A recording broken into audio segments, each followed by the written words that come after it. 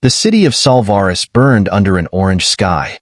Alien warships loomed above, their massive forms blotting out the light of the planet's twin suns. Flames licked through the once bustling streets as people ran for their lives, pursued by the ruthless invaders known as the Kohler. They were a merciless, hive-minded species, relentless in their conquest of new worlds. For the inhabitants of Solvaris, this was the end of their peaceful existence. Captain Elias Drake wasn't supposed to be there. His ship, the Stalwart, had been in orbit around the neighboring moon, carrying out a simple resupply mission for the United Galactic Fleet. But when the distress signal from Solvaris came through, Elias had made the decision in seconds. Orders or no orders, he wasn't about to sit back and let an entire city be razed. Elias sprinted through the rubble-strewn streets, his combat armor battered and scorched from earlier skirmishes. His HUD flickered with updates, showing clusters of survivors trapped in collapsed buildings. The Kohler were everywhere, their six-legged frames moving with unnatural speed, their serrated appendages slicing through anything in their path. The mission was simple: rescue as many as possible and get them to the evac zones. But simplicity had gone out the airlock hours ago. Elias rounded a corner, his pulse rifle raised, and came face to face with a trio of Kohler drones. He didn't hesitate. A burst of energy bolts lit up the air, tearing through their exoskeletons. The creatures screeched as they fell, their limbs twitching violently. He didn't have time to savor the victory. His comm crackled to life. "Captain Drake," came the voice of Lieutenant Novak, his second-in-command aboard the Stalwart. "We're picking up unusual heat signatures near your position. Could be survivors, or something worse." "Got it," Elias replied. "Already moving. Send me the coordinates." The location was a massive tower engulfed in flames, its upper floors crumbling. The structure had been a research facility, and now it was a death trap. But the heat signatures Novak mentioned were clear. There were people inside. Elias gritted his teeth and adjusted his visor to filter out the smoke as he approached the building. Inside, the air was thick and choking, the temperature rising with every step. He followed the heat signatures through the debris, his rifle at the ready. In a corner of what had once been a laboratory, he found her. She was crouched behind an overturned desk, a small force field barely keeping the encroaching flames at bay. Her dark hair was matted with soot, and her face was streaked with dirt, but her eyes, bright and determined, locked onto his as he approached. "Dr. Lyra Andreev," she said, coughing but maintaining an air of calm. "I didn't think anyone was coming." Elias extended a hand, his voice steady. "Captain Elias Drake. Let's get you out of here."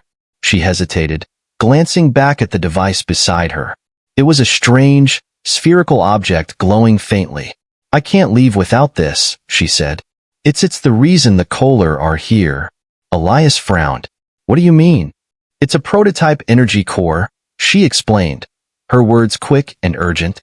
"A power source that could revolutionize the galaxy.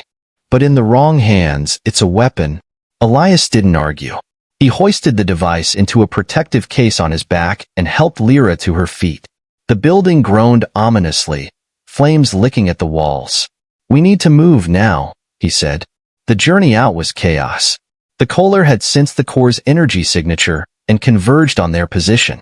Elias and Lyra fought side by side, her quick thinking and improvised gadgets complementing his precise marksmanship. Despite the odds, they reached the street, only to find themselves surrounded by a squad of Kohler warriors. Elias's rifle hummed as he took down the first two, but there were too many. Just as all seemed lost, Lyra activated the core. A burst of energy radiated outward, disorienting the Kohler and giving them a chance to escape. They made it to the evac zone, where the Stalwart's dropship was waiting. As they ascended into the sky, the city below continued to burn, but Elias couldn't shake the feeling that something greater had just begun. Back aboard the Stalwart, Lyra worked tirelessly to stabilize the core, while Elias coordinated with the Galactic Fleet to track the Kohler fleet's movements. Despite the danger, the two found moments of quiet amid the chaos. Late one night, as they sat in the dim glow of the ship's observation deck, Lyra spoke softly. "Why did you come back for me?" Elias looked at her, his expression serious. Because no one gets left behind. And because I couldn't let you face that alone. Her lips curved into a small smile. Well, I'm glad you didn't. You're a better shot than I am. Their bond deepened as they worked together, a partnership forged in fire and danger. When the Kohler launched a desperate counterattack, targeting the stalwart itself, it was their combined ingenuity that saved the ship. Lyra's understanding of the Core's capabilities turned it into a weapon powerful enough to cripple the Kohler fleet. As the final Kohler ship exploded in the distance, a cheer erupted on the bridge. But Elias and Lyra's eyes met, a shared understanding passing between them. They had won the battle, but the war against threats like the Kohler, and the dangerous potential of the Core, was far from over. In the days that followed, Lyra decided to stay aboard the Stalwart, her knowledge too valuable and her connection to Elias too strong to ignore. Together, they became an unstoppable team, defending the galaxy and building a relationship that grew stronger with each mission. The flames of Salvaris had tested them, but from the ashes, something extraordinary had emerged. And in the quiet moments between battles, Elias often thought back to that first meeting and smiled. The reward, he knew, had been more than worth it. The Stalwart cruised through hyperspace, its sleek frame humming with latent energy. The ship, once a symbol of solitary missions, had transformed into a hub of innovation and hope. Captain Elias Drake stood on the bridge, surveying the stars with a pensive expression. Dr. Lyra and Rev had joined him, leaning casually against a console. She had become a fixture in his life, her presence as familiar as the ship's hum beneath his feet. Their latest victory over the Kohler had bought them time, but time wasn't a luxury they could afford to waste. The energy core, the device that had turned the tide of their last battle, now rested in a secure lab deep within the ship. Lyra had stabilized it, but the knowledge of its power weighed heavily on her. "We've done a lot," Lyra said, breaking the silence, "but we've only scratched the surface of what the core can do." If it fell into the wrong hands again, she trailed off, her gaze distant. Elias placed a hand on her shoulder, his touch grounding. "We won't let that happen. We've faced the Kohler, rogue mercenaries, and enough galactic politics to fill a library. We'll handle whatever comes next." Their moment of quiet was interrupted by the sharp tone of an incoming transmission. Lieutenant Novak's voice filled the bridge. "Captain, we've received a distress signal. Origin, uncharted system Zeta 11. It's faint but consistent. Could be survivors, or another trap." Elias exchanged a glance with Lyra. "Set a course," he said. "We'll investigate." The uncharted system was a swirling mass of debris and dense nebula clouds. As the Stalwart approached, the source of the signal became clear. A massive space station, half destroyed and adrift. Its design was ancient, predating any known civilizations, yet there were signs of recent activity. "This doesn't make sense," Lyra murmured as they scanned the station. "The architecture looks precursor, but those modifications? They're Kohler." The bridge went silent. If the Kohler had found a precursor station, the implications were staggering. The crew geared up for an away mission, Lyra joining Elias as they boarded a dropship. The station was a labyrinth of dark corridors and ominous machinery. Scorch marks and signs of recent combat littered the halls, but there were no bodies, only the echo of their footsteps and the faint hum of active systems. In the heart of the station, they found what they were looking for. A massive chamber dominated by a precursor artifact. It was a crystalline construct, pulsating with light and energy, its surface covered in the same shifting symbols they had encountered before. But this time, the Kohler had tampered with it. Devices of their own design were attached to the artifact, drawing power from it in ways that made Lyra's stomach churn. "This is why they came here," Lyra whispered. "They're trying to replicate the core, to mass-produce it." Before Elias could respond, the artifact flared, and a holographic projection filled the chamber. It was the same ominous figure they had encountered on Salvaris, its voice cold and unyielding. "You have meddled again." The cycle accelerates. "This station was not meant for you." Lyra stepped forward, defiance in her eyes. "We're not afraid of your warnings. We've stopped the Kohler, and we'll stop you too." The figure's gaze shifted, locking onto her. "You misunderstand. The Kohler are nothing but tools. The true threat comes from beyond. Your meddling draws their attention. The harbingers awaken. The chamber trembled, and the devices attached to the artifact began to overload. Elias grabbed Lyra's arm. We need to get out of here. Now. They sprinted back through the station, the walls collapsing around them as the artifact's energy spiraled out of control. The dropship barely escaped as the station erupted in a massive explosion, a shockwave rippling through space. Back on the Stalwart, Elias and Lyra debriefed the crew. The destruction of the station was a victory, but the hologram's warning lingered in their minds. The harbingers, whatever they were, had been mentioned before, ancient entities tied to the precursors and their downfall. In the following weeks, Lyra dedicated herself to deciphering the artifact's data.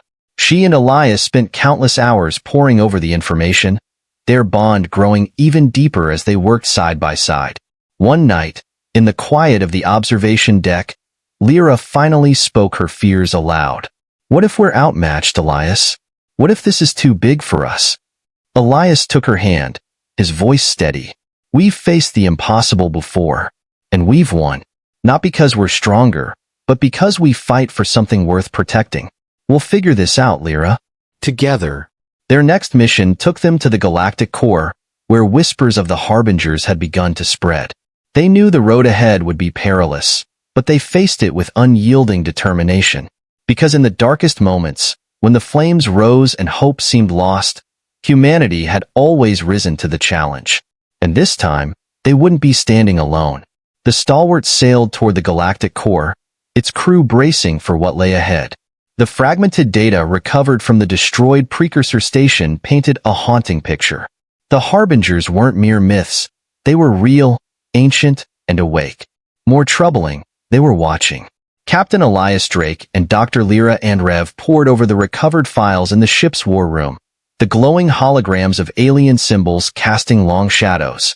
Lyra had made headway in translating the precursor language, and what she had uncovered sent chills down her spine. The harbingers, Lyra began, pointing to a series of glyphs, aren't just a threat. They're the architects of destruction, a force that ends civilizations once they reach a certain level of advancement. The precursors called it the cycle of cleansing. Elias leaned back in his chair, his expression grim. And now it's our turn. Maybe not yet, Lyra said, her voice gaining a thread of hope. The data suggests the precursors built something to stop the cycle, a failsafe. But they were wiped out before they could use it. Elias straightened. Where is it? Lyra gestured to the hologram, highlighting a dense cluster of stars near the galactic core. Here, an ancient forge world, precursor built. If it's still intact, it might hold the key to stopping the harbingers. The journey to the forge world was fraught with peril. The closer they drew to the galactic core, the more unstable the region became. Gravitational anomalies and ancient debris fields tested the Stalwart's navigational systems, but the crew pressed on. The stakes were too high to turn back. When they finally arrived, the sight before them was breathtaking. A colossal artificial sphere encasing a star. The forge world was a Dyson sphere, its surface dotted with massive structures that glowed faintly, as if in slumber. This is it, Lyra whispered. The precursor's last hope. Elias turned to his crew. Prepare for an away mission. If this place holds the answers we need, we're not leaving without them. The team landed on the surface of the Dyson sphere, its atmosphere thin but breathable. The architecture was alien and awe-inspiring, towering spires and intricate conduits stretching as far as the eye could see. As they ventured deeper, the air grew heavy with energy, and Lyra's handheld scanner buzzed with activity.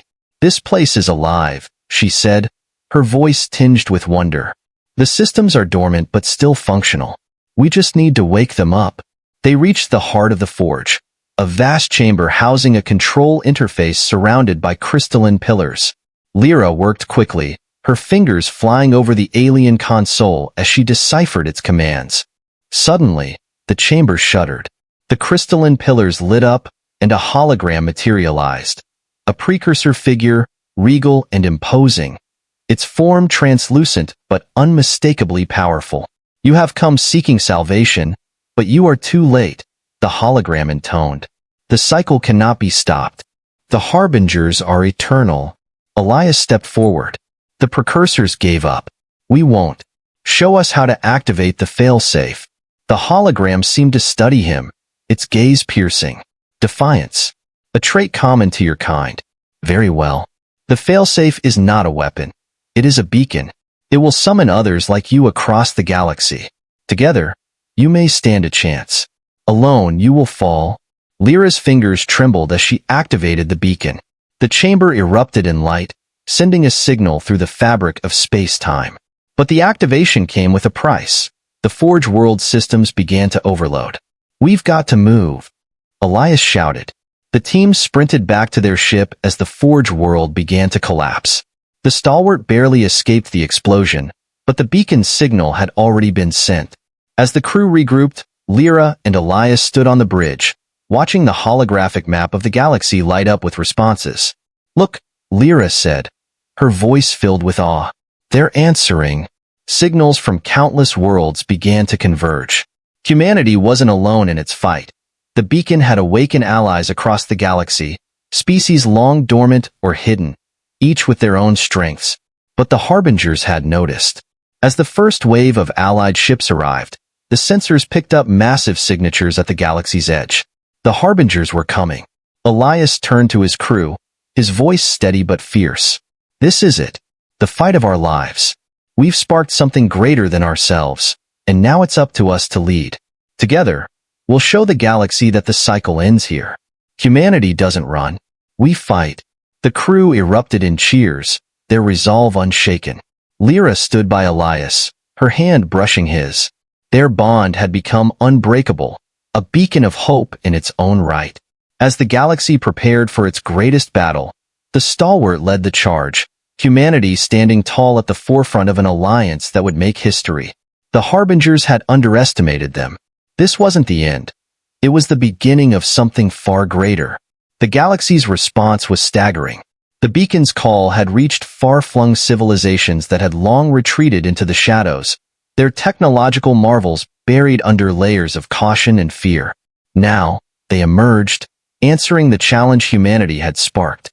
Ships of every shape and size began converging on a rendezvous point near the galactic core.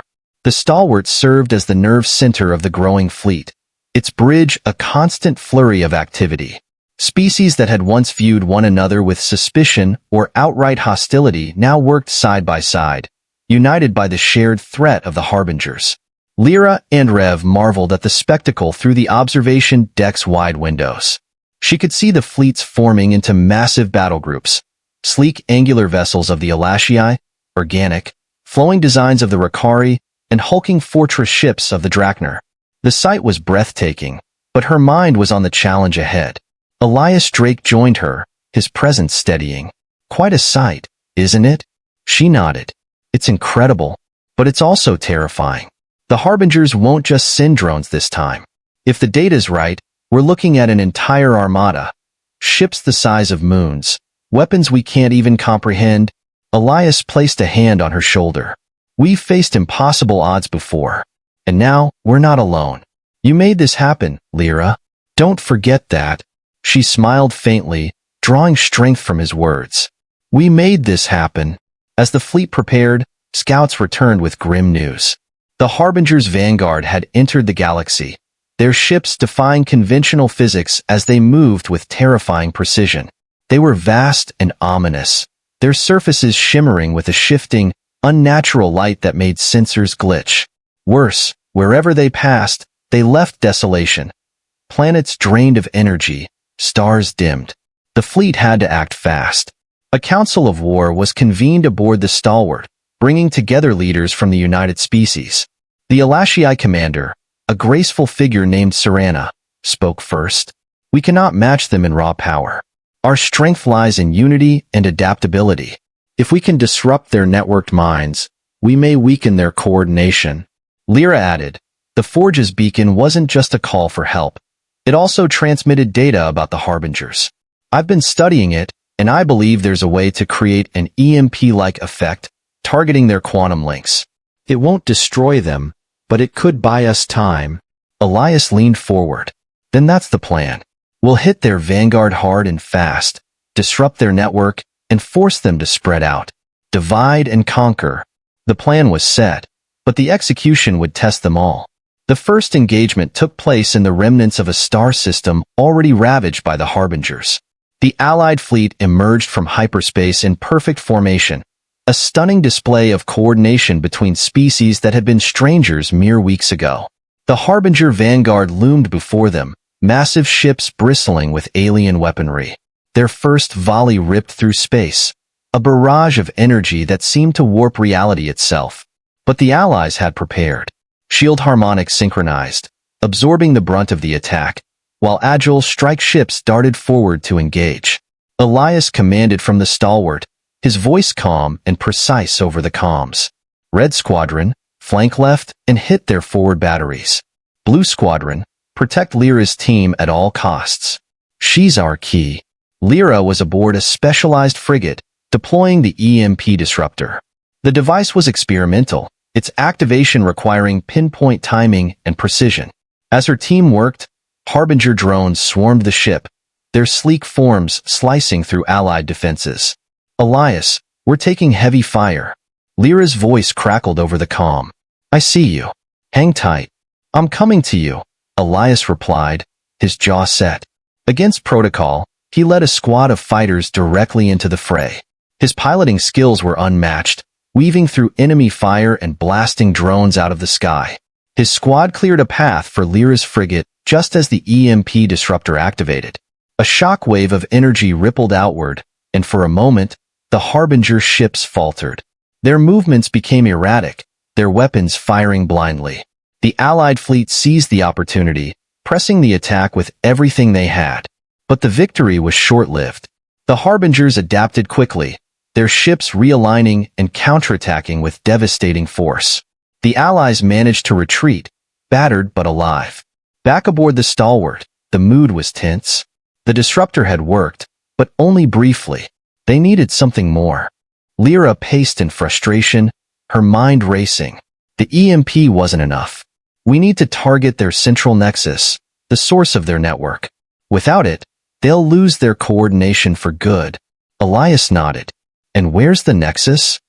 She brought up a map, highlighting a distant star cluster surrounded by gravitational anomalies.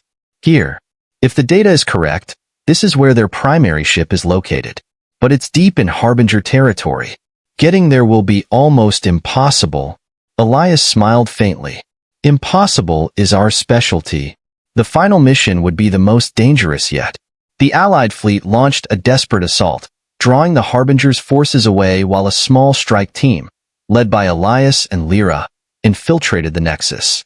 The central Harbinger ship was a monstrosity, its size dwarfing even the largest Allied vessels. Inside, Elias and Lyra fought through waves of drones, reaching the core, a pulsating mass of energy and machinery. Lyra worked frantically to upload a virus into the Nexus, disrupting its connection to the fleet. As the Harbingers closed in, Elias defended her with unyielding determination, his rifle glowing with each shot. Finally, the upload completed. The core began to collapse, its energy destabilizing. Time to go, Elias shouted, grabbing Lyra's hand. They sprinted back to their ship, barely escaping as the Nexus erupted in a blinding explosion. The Harbinger fleet faltered, their ships scattering and deactivating. The battle was over. The galaxy was saved, but at a cost. Many lives had been lost, and the scars of the conflict would linger. As the Allied fleet celebrated, Elias and Lyra stood together, looking out at the stars. Their bond, forged in the fires of war, had become unbreakable. We did it, Lyra said softly. Elias smiled. No, Lyra, you did it. You gave the galaxy hope.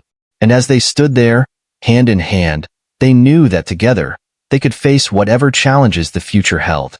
The galaxy slowly began to heal in the aftermath of the Harbinger's defeat. The destruction of their nexus had shattered their coordination, and the remaining forces were scattered and leaderless. Without their guiding intelligence, the once unstoppable fleet became little more than drifting relics of a nightmare. The Allied fleet, though battered, stood victorious. Messages of gratitude and unity flowed between species that had never before spoken. For the first time in millennia, the galaxy wasn't divided by fear. It was bound by hope. Aboard the Stalwart, the atmosphere was bittersweet. Repairs were underway, and the crew mourned their fallen comrades, but the weight of survival brought a renewed sense of purpose.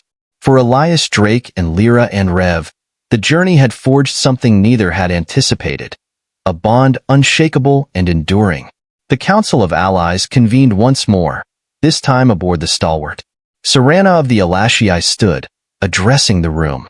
The Harbingers may be defeated, but their shadow lingers. The galaxy must remain vigilant. We propose the formation of an interstellar coalition, a union of species dedicated to peace and defense. Elias nodded. And humanity will stand with you. We've seen what we can achieve together. Let's make sure we never face the darkness alone again. The proposal was met with unanimous agreement, and the seeds of a united galactic order were planted. The coalition's first act was to declare the region of space once held by the Harbingers as neutral ground, to be studied and preserved as a warning and a source of knowledge. In the days that followed, the Stalwart returned to Earth. The sight of their homeworld brought a wave of emotion. Crowds gathered to welcome their heroes, cheering as the ship touched down. Elias and Lyra stepped onto the surface, greeted by friends, family, and officials who owed their survival to the bravery of the crew. Despite the accolades, Elias and Lyra sought solace in the quiet moments.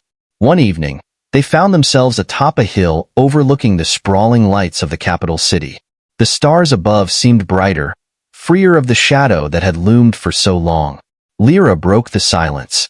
I didn't think we'd make it back here. There were so many times I thought we'd never see home again. Elias glanced at her, his eyes soft. We did more than survive, Lyra. We changed the galaxy. And we did it together. She smiled, leaning into him. I couldn't have done it without you. And I wouldn't have wanted to, he replied, his voice low. Their bond had grown beyond words, forged in the fires of war and tempered by the hope they had fought to protect. In that moment, with the stars as their witness, Elias and Lyra found peace.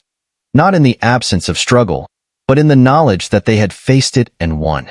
As the days turned to weeks, the galaxy settled into a fragile but promising peace.